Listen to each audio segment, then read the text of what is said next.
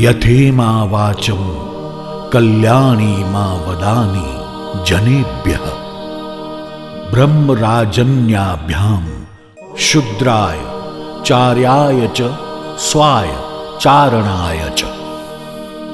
यजुर्वेद के 26वें अध्याय में लिखा गया यह प्रार्थना मंत्र जितना पुरातन है, चारण उतना ही पुरातन है। वेदों के अतिरिक्त वाल्मीकि रामायण, श्रीमद् भागवत और जैन शास्त्रों में भी चारणों का उल्लेख बड़े सम्मान के साथ किया गया है। राजपूताना का पूरा मध्यकालीन युग इनके कीर्ति महासागर की महागर्जना सुनाता आज भी खड़ा है।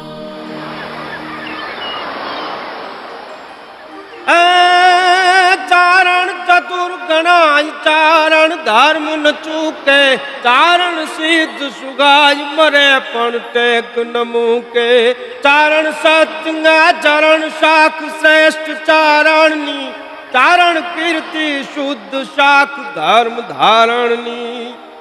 कारण विलोकी शुभ कार्यनी, अनधीर तेज नहीं धारणा। प्रजा राज हितकारी शुभ चुक्या नहीं कदी चारणा। ए प्रजा राज हितकारी शुभ चुक्या नहीं कदी चारणा। साहित्य सर्जन, युद्ध नीति का प्रचलन और भावी राज्यकर्ताओं का चरित्र गठन चारण ही करते थे। उस समय का एक एक चारण अपने आप में एक विश्वविद्यालय जैसा था। एक ऐसे ही चारणों के कीर्ति मुकुट समान व्यक्तित्व और उनकी वंश परंपरा में पनपी हुई प्रतिभाओं की बात आज हम करने वाले हैं। जी हां, हम बात कर रहे हैं आज से 350 साल पहले पश्चिम भारत के गौरवशाली विश्वविद्यालय की गरिमा पाने वाली और भारतवर्ष को 350 से अधिक कवि रत्नों का उपहार देने वाली कच्छ के भुज नगर पर तत्समय प्रदीप्त हुई श्री राव लखपत व्रजभाषा पाठशाला की और उसके प्रथम कुलाचार्य राजकवि श्री हमीरजी रत्नू की। परंतु उससे पहले आइए चारण जाति में जिसका दूसरा उदाहरण नहीं मिलता, ऐसे अयाची नामक बिरुद को पाने वाले इस रत्नु कुल की ऐतिहासिक धरोहर को जान लेते हैं। आज से 367 साल के समीप मारवाड़ राजस्थान स्थित घड़ोई गांव से विद्वता एवं पवित्रता की मूर्ति समान रत्नु कुल के चारण भारमल जी रत्नु के नेतृत्व में यात्रिकों का एक समूह थरपार कर की उत्तर पश्चिम दिशा में मकरान रेगिस्तान के निकट किरथर घाट की गुफा में विराजमान और 51 शक्तिपीठों की अधिष्ठात्री माता हिंगराज की यात्रा के लिए चला था। यात्रा से पुनः प्रस्थान करने पर मार्ग में नारायण सरोवर में स्नान करने हेतु और माता आशापुरा के दर्शन करने के लिए ये समूह कच्छ की धरती पर ठहरा था। विधि ने कुछ इस तरह संयोग का निर्माण किया कि संघ के प्रमुख भारमल जी रत्नु किसी असाधारण व्याधि से गिर गए। पीड़ा जब एक सीमा से अधिक हो चली, तब मां आशापुरा के सन्मुख जाकर उनको स्मरण करके भारमल जी ने मां से प्रार्थना की। हे देश देवी आशापुरा, पिछले 3 माह से मैं तुम्हारा अखंड जाप कर रहा हूं, फिर भी तुम्हारे इस तीर्थ में मुझे ऐसी पीड़ा क्यों भुगतनी पड़ रही है। हे मातेश्री, अब नहीं सहा जा रहा, या तो मेरी पीड़ा समाप्त कर दो या फिर इसी ही तीर्थ में तुम्हारी शरण में मेरे प्राण ले लो।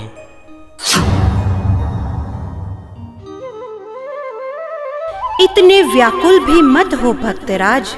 तुम्हारे इस रोग का उपचार करने के लिए मैंने अंजार परगने के खंभरा जागीर के स्वामी, यदुकुल वंश के राजपूत और मेरे प्रिय भक्त तमाची को चुना है। उसे मेरा वरदान है, अपने चिकित्सा ज्ञान से उसने बहुत से लोगों की व्याधियों का शमन किया है। तुम अभी अभी प्रस्थान करो और तमाची के पास जाओ। तमाची के पास जाओ। तमाची के पास जाओ। यह गगनवाणी होते ही चौदिश घंटारव गूंज उठा। दिशाएं दिव्य ज्योतियों से प्रदीप्त हो उठी। माता आशापुरा की अनुमति लेकर भारमल जी ने खंभरा की ओर प्रयाण किया। तमाची ने सच्ची हृदय भावना से भारमल जी की शुश्रूषा की और उनकी व्याधि का शमन किया। अब बारी उनकी थी। अपने इस सेवक को वो कोई दैवी उपहार देना चाहते थे। भारमल जी ने माता आशापुरा को याद किया, मंदिर में जाके स्मरण किया। हे ब्रह्मांड भांडोदरी जगदम्बा आशापुरा, मेरी इस प्रकार निस्वार्थ सेवा करने वाले तुम्हारे उपासक तमाची को मैं क्या उपहार दूं? मैं ठहरा मारवाड़ का एक छोटा सा जागीरदार। आप आदेश करो तो अपनी यह छोटी सी जागीर भी मैं उसके नाम कर दूं। इसकी आवश्यकता नहीं है भक्तराज। तमाची मेरा प्रिय पुत्र है। मानव चिकित्सा और सेवा में उसने अपनी युवावस्था को न्योछावर किया है। तमाची मेरे पुत्र, मैं तुम्हें कच्छ का राज्य प्रदान करती हूँ। और ऐसा ही हुआ।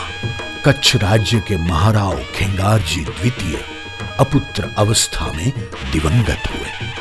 नलिया के जागीरदार होथी जी को कच्छ सिंहासन के उत्तराधिकारी की खोज करने का जिम्मा सौंपा गया। तमाची की प्रशंसा सुनकर वे खंभरा पहुंच गए और कच्छ राज्य के सिंहासन पर आरूढ़ होने के लिए तमाची को भूज ले गए। इस तरह भारमल जी रत्नों की प्रार्थना से माता आशापुरा ने खंभरा की एक छोटी सी जागीर के धनी को पूरे कच्छ राज्य का स्वामी बना दिया। माता आशापुरा ने तो भारमल जी की आशा पूर्ण कर दी। अब भारमल जी इस वरदान के बदले में कुछ प्रण लेकर माता रानी को अर्पण करना चाहते थे।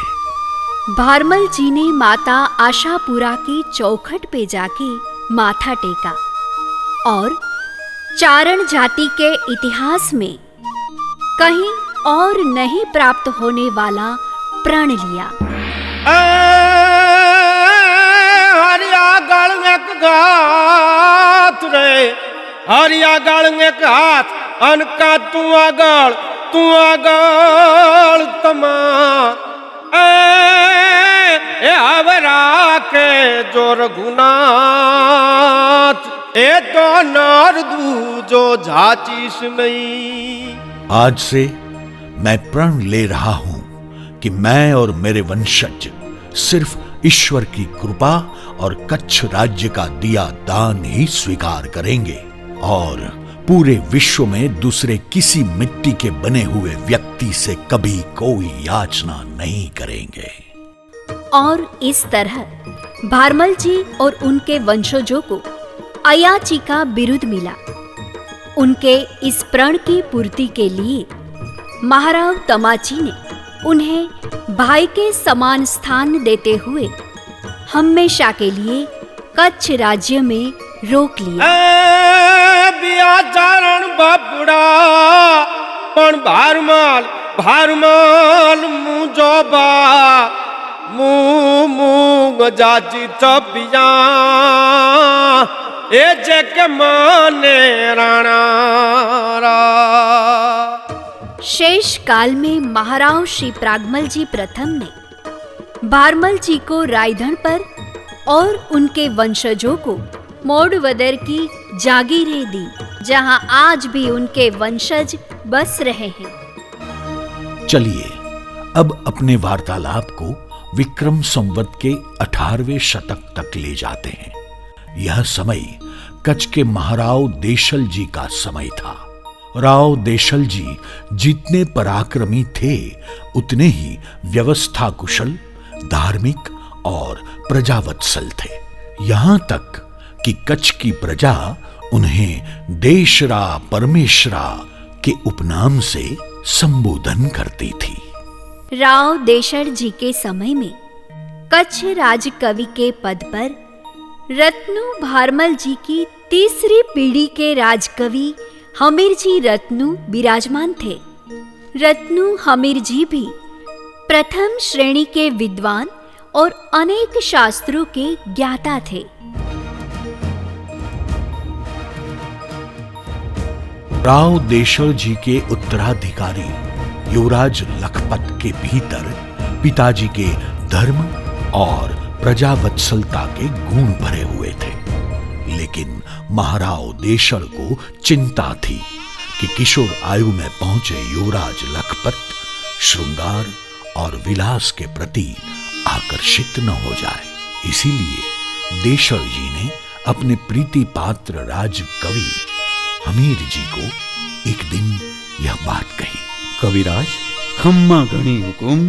कविराज, मेरे मन में एक चिंता बनी हुई है। किस बात की चिंता महाराव? आपके युद्ध कौशल्य से राज्य की सीमाएं सुरक्षित है। आपकी सुचारू राज्य व्यवस्था के कारण अर्थव्यवस्था भी स्थिर बनी हुई है। और फिर आप तो अजात शत्रु हो महाराज।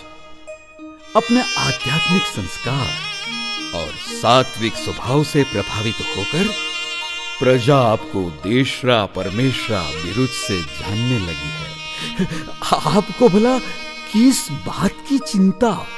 चिंता इस बात की है कविराज कि हमारी ये सांझी संस्कार और विद्वता की परंपरा को कैसे आगे ले जाया जाए। मान्यवर, युवराज लखपत में मेरा विश्वास है। वह तो एक रत्न के समान तेजस्वी है, किंतु इस हीरे को तराशना अभी बाकी है। युवराज लखपत के चारित्र में रहे ज्ञान, सद्भाव और विद्वता के गुणों को और उजागर करना है। इसीलिए युवराज लखपत को मैं अब आपके हाथों में सौंप रहा हूं। युवराज में ज्ञान और सद्गुणों का सिंचन करे कविराज। आप निश्चिंत रहिए महाराव। युवराज लखपत राज्य के मुकुट की तरह प्रकाशित होंगे। और इस प्रकार युवराज लखपत की प्रशिक्षा हमीरजी रत्नु ने प्रारंभ की। साहित्य, युद्ध नीति, ज्योतिष शास्त्र, अश्व विद्या, संगीत शास्त्र, छंद व व्याकरण शास्त्र, खगोल, ऐसी ज्ञान की अनेक विधाओं में युवराज का प्रवेश करवाया गया। बिया कवेसर बब्बड़ा नदियां हंदा नीर गुणसागर गिरधर तणो है दरियाव हमीर। रत्नु गिरधर के पुत्र हमीर जी गुणों के सागर थे। उन्होंने कुंवर लखपत की शिक्षा के लिए स्वयं उत्तम ग्रंथों की रचना की, जिनमें हरिजस नाम माला, हरिजस पिंगल, लखपत पिंगल और नवरस विद्या जैसे ग्रंथ प्रमुख हैं। इन ग्रंथों के माध्यम से कुंवर लखपत के भीतर हमीर जी ने ज्ञान का आरोपण किया और कुंवर लखपत सही मायने में एक तराशे हुए रत्न की तरह जगमगाने लगे। कच्छ रियासत का सूर्य हमीर जी और रा देशल की प्रतिभाओं से मध्याह्न पे था। उसी समय एक आंधी उठी। दिल्ली में राज कर रही मुगलिया सल्तनत की नींव कमजोर होने लगी थी। इसी कारण मध्यस्थ शासन कमजोर पड़ रहा था। कई प्रांत के सूबेदारों ने स्वयं को स्वतंत्र घोषित कर दिया था। मुगल शहंशाह को यह भीति होने लगी थी कि कच्छ महाराओं सिंध प्रांत के सूबेदार की सहायता करके उसे स्वतंत्र करवा लेंगे और फिर कच्छ रियासत से जोड़ देंगे। और जिसकी कोई नींव ही नहीं थी, ऐसे कारण को लेकर मुगल बादशाह मोहम्मद शाह ने गुजरात के सूबेदार बुलंद खान को कच्छ पर आक्रमण करने के लिए भेज दिया। कच्छ राज्य की सीमाओं पर भीषण युद्ध प्रारंभ हो गया, किंतु इधर राव देशड़ पूजा पाठ में अधिक मात्रा में समय व्यतीत कर रहे थे, जबकि इस आपातकालीन स्थिति में राव को सीमाओं से जुड़े निर्णयों पर अधिक ध्यान देना चाहिए था। महाराव के अमात्य उलझे हुए थे। महाराव को कैसे समझाया जाए, कौन जाकर समझाए? अतः यह बात हमीर जी को ज्ञात हुई।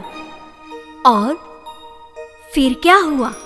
शुक्लांबरधरं विष्णुं शशिवर्ण चतुर्भुजं प्रसन्नवदनं ध्यायेत् सर्वविघ्नोपशान्तये।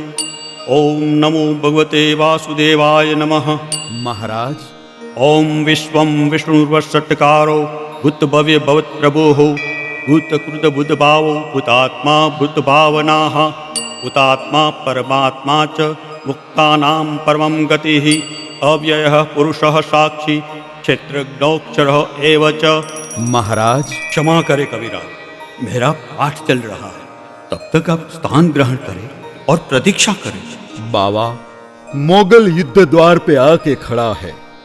बुझिया दुर्ग का भुडांगरा कोठा अब राज्य के हाथों से जा सकता है।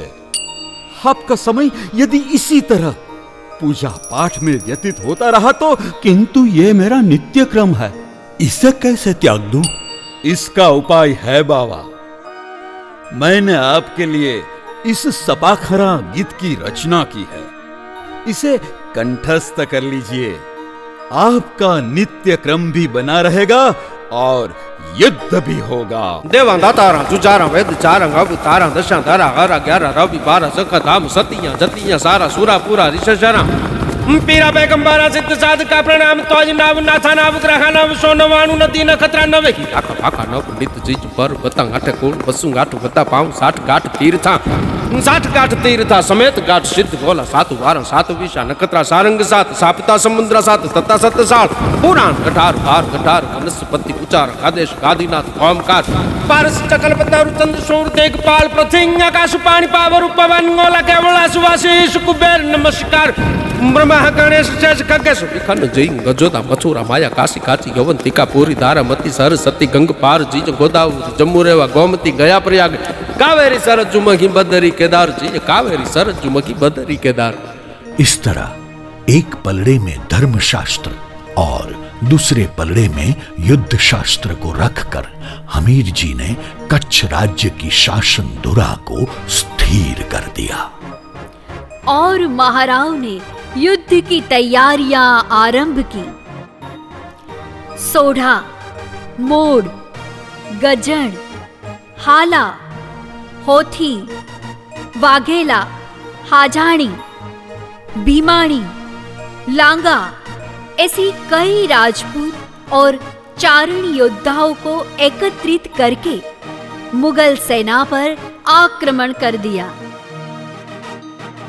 यहाँ तक कि उस समय भुजिया दुर्ग के समीप रहे प्रवासी दसनामी अखाड़े के नागा साधु की जमात भी इस युद्ध में जुड़ गई। गढ़ ऊपर नाल निराम गजे भड़ उतराना चढ़िया भूर जे ये गमरोल रजी धरती धड़के नसुरान समा विषमा के त्रिह के बर चिरीण तूर त्रहे बहुबाणी अचूक बंदूक वगे विकराल सचाल त्रंबाल त्रजे सगिया वकडाल भाड़े सकिजे ए दिन 7 किलो उत्पात दले दिन 7 किलो उत्पात दले अनकिल बेवख देसाल राव किले जुद प्राग हारे नर जुटविया कुरसाण वाला बल कुटविया नाल तौने मुगंगू डबिया तल चाल बंगाल पुहाल किया ए मुगलान चढ़ेंगन भूख मुआ हलुया पड़ तार फुआर हुआ बल कोई नहीं मन में बड़ी रे बल कोई नहीं मन में बड़ियो उर शेर बिलंदर मुकालियो किल बांधी सिंगे मुनि बाब कहे सहकाज सतत चढ़ो सकबे चमराल चमर करे चढ़िया विठुआ बड़ बैठ बड़ बढ़िया ए चमराल चमर करे चढ़िया विठुआ बड़ बैठ बड़ बढ़िया। भीषण युद्ध हुआ और कच्छी सेना के वीरतापूर्ण प्रदर्शन से कच्छ राज्य का इस युद्ध में संपूर्ण विजय हुआ। विक्रम संवत 1785 के श्रावण मास के शुक्ल पक्ष में पंचमी के दिन पूरे कच्छ में विजयोत्सव मनाया गया और कच्छ में राव देशड़ के इस विजय से फिर शांति और स्थिरता स्थापित हुई। पेट की पवित्रता पुत्र में पिछानिए, यह उक्ति राव देशड़ के जीवन में मानो सही साबित हुई। राव देशड़ के दुलार से सिंचित संस्कार और हमीर जी की विद्यावंत शिक्षा से अलंकृत युवराज लखपत ने सन 1752 में कच्छ राज्य की धुरा संभाल ली। राव लखपत ने अपने शासन में एक ऐसा ऐतिहासिक कार्य किया जो कच्छ राज्य के इतिहास एवं चारणी साहित्य के आकाश में ध्रुव तारक की तरह चमक उठा।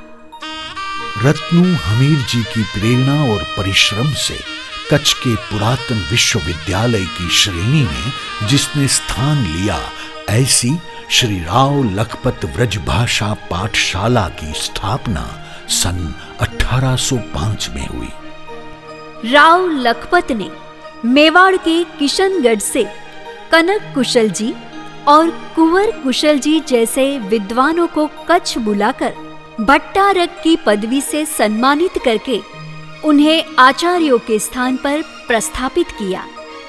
गुजरात, राजस्थान और सिंध सहित पूरे भारतवर्ष से अध्ययन के लिए छात्र उमड़ पड़े। इन छात्रों के विद्याभ्यास की खर्च व्यवस्था एवं आवास भोजन की व्यवस्था कच्छ राज्य ने अपने वित्त भंडार से की और साहित्य क्षेत्र को प्रदान की गई इस सच्चे मोती की खाद से फसल भी ऐसी ही समृद्ध निकल आई जिसने व्रजभाषा, चारणी और हिंदी साहित्य को माला माल किया।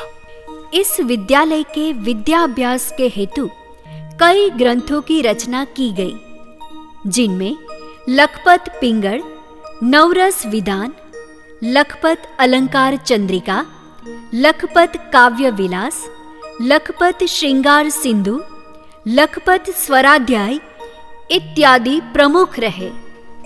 काव्य अभ्यास के अतिरिक्त इस विश्वविद्यालय में पिंगल और छंद शास्त्र ही नहीं, गायन शास्त्र, नृत्य, वाद्य, हस्तलाघव जैसी युद्ध कला और पूरा युद्ध शास्त्र भी सिखाया जाता था। पूरे 2 शतक तक यह पाठशाला कार्यरत रही। ये अपने आप में बहुत ही बड़ी सिद्धि है। राव लखपत और रत्नू हमीर जी ने अपने रहते हुए ही इस पाठशाला को एक बीज से वटवृक्ष में परिवर्तित कर दिया। इस पाठशाला ने 350 समर्थ कवियों की भेंट भारतवर्ष को प्रदान की। इस विश्वविद्यालय के ग्रंथागार में मूल्यवान ग्रंथ थे। इन ग्रंथों को संयोजित करके 5 वर्ष का अभ्यासक्रम तैयार किया गया था। अभ्यास पूर्ण होने के पश्चात दीक्षांत समारोह राज दरबार में होता था, जिसमें प्रत्येक छात्र को 52 दोहरे की बावनी या एक काव्य ग्रंथ की रचना करके प्रस्तुत करनी होती थी। इस परीक्षा में उत्तीर्ण होने वाले छात्रों को कवि की पदवी, कवि का परिवेश, नकद इनाम और सनद प्रदान की जाती थी। इस प्रक्रिया से पाठशाला से उत्तीर्ण होने वाले कई कवि अलग अलग रियासतों के राज कवि बने। उदाहरण के तौर पे नवानगर के राजकवि व्रजमाल जी महड़ू, भावनगर के राजकवि जेठीभाई महड़ू, देवगढ़ बारिया के राजकवि कानदास महड़ू, लीमड़ी के राजकवि शंकरदान जी देथा, स्वामीनारायण संप्रदाय के ब्रह्मानंद जी। यह सूची बहुत लंबी है। स्वतंत्रता के पश्चात देसी रियासतों को भारतीय संघ में मिला दिया गया। 200 साल तक कच्छ राज्य के राज्याश्रय में पनपी इस पाठशाला को स्वतंत्र भारत की सरकार 2 दशक तक भी नहीं चला पाई। अनेक विद्याओं के पुष्पों से महकने वाले इस उद्यान को पुराने राजाओं के विलास का साधन समझ के कलम के एक ही वार में सितंबर 1948 में निष्प्राण कर दिया गया। इस विश्वविद्यालय के अंतिम आचार्य मान्यवर श्री शंभुदान जी रत्नू रहे। इस बूझते हुए विद्या दीप को प्रज्वलित करने हेतु वह जीवन पर्यंत जूझते रहे। शंभुदान जी स्वयं एक प्रथम श्रेणी के काव्यकार रहे। स्वतंत्र भारत की प्रजा की आकांक्षाओं का चित्र उन्होंने अपनी एक अनूठी रचना चक्र प्रबंध काव्य में संजो दी और राष्ट्रध्वज चित्र काव्य के शीर्षक से उसे चांदी के मानपत्र पर अंकित करके उस समय के प्रधानमंत्री जी को प्रस्तुत की थी।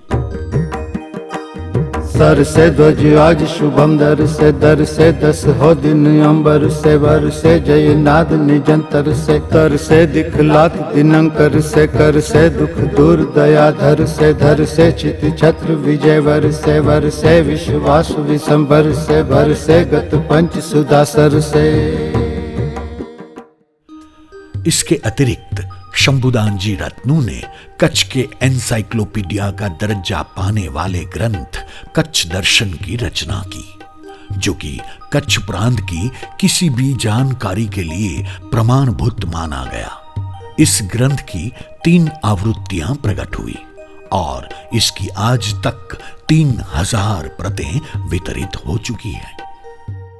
आचार्य शंभुदान जी ईश्वरदान जी रत्नू के पुत्र श्री पुष्पदान जी शंभुदान जी रत्नू भी एक विद्वान राजपुरुष रहे और 4 सत्रों तक कच्छ के सांसद भी रहे।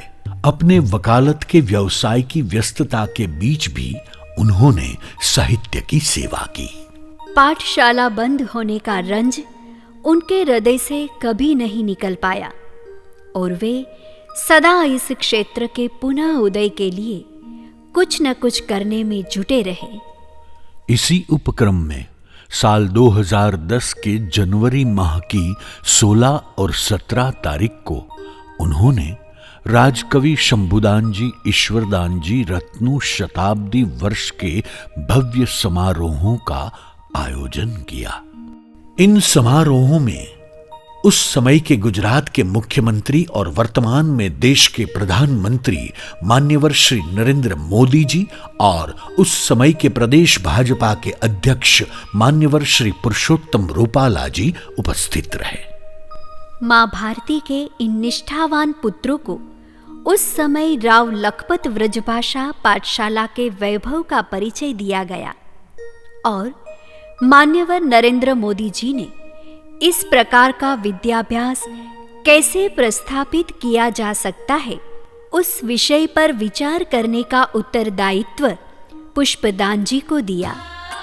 परिणाम स्वरूप सौराष्ट्र यूनिवर्सिटी में दिनांक 12 मार्च 2012 से श्री झवेरचंद मेघाणी लोक साहित्य केंद्र की स्थापना की गई, जिसके प्रथम नियामक आचार्य डॉक्टर अंबादान जी रोहड़िया रहे। दिनांक 4 अक्टूबर 2021 से कच्छ यूनिवर्सिटी में भी राजकवि हमीरजी रत्नू लोक साहित्य केंद्र की स्थापना की गई है।